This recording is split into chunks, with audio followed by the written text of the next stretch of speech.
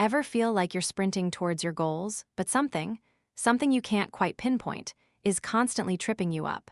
You've got the hustle, the vision, even the late nights fueled by iced coffee, yet progress feels frustratingly slow. Or worse, you find yourself deliberately derailing your own momentum. And you're probably doing it for reasons you haven't consciously acknowledged. You've likely heard the advice to just work harder, or to believe in yourself. But those platitudes only dig you deeper into the pit of self-doubt if you haven't addressed the underlying psychological hurdles. The uncomfortable truth is, ambitious Gen Z individuals, you are uniquely susceptible to a subtle form of self-sabotage. Rooted in the pressure to perform, the constant comparison fueled by social media, and a surprisingly common fear of success itself. Consider this: you might be terrified of the responsibility that comes with achieving your dreams, a phenomenon psychologist Susan Jeffers brilliantly describes as fearing the burden of choice, feeling paralyzed by the infinite possibilities that open up once you achieve a significant milestone.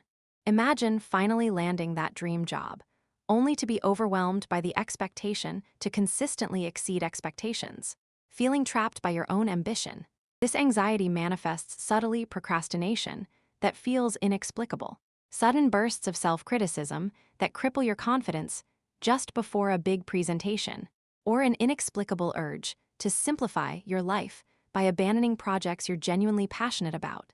It's a secret, pervasive struggle, and it's often linked to a deep-seated imposter syndrome, the persistent feeling that you're a fraud waiting to be exposed, a feeling that, as research consistently shows, is incredibly common among high achievers, regardless of their actual skill set.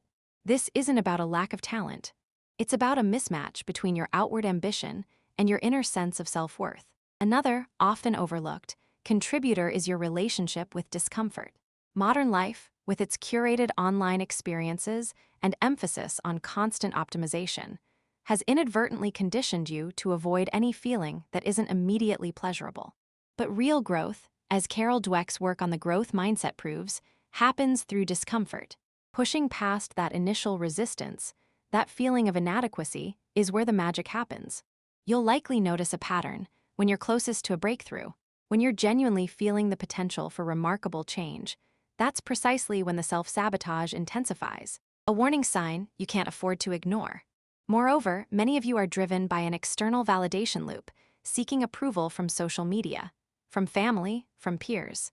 And when you start to experience success, that external validation shifts, becomes more demanding, and the fear of not being enough amplifies. This is compounded by the fact that your generation is hyper-aware of societal inequalities and systemic barriers, and you might unconsciously sabotage yourself as a preemptive measure against potential accusations of privilege or unfair advantage. A deeply ingrained guilt can manifest as a reluctance to fully embrace your achievements. Finally, and crucially, you're probably comparing your internal process, the messy, uncertain journey of creation, to other people's highlight reels online. Remembering that everyone presents a curated version of reality can be a revolutionary act of self-compassion, allowing you to acknowledge your own struggles without shame. So, stop chasing the elusive motivation you think you're lacking. Instead, start auditing your thought patterns, recognizing the subtle ways you're holding yourself back, and actively choosing vulnerability over comfort. It's not about eradicating self-doubt. That's an unrealistic expectation. It's about refusing to let it dictate your actions. Now, look yourself in the mirror and ask, what small, concrete step are you going to take today to dismantle one of these self-sabotaging behaviors? Don't wait for permission.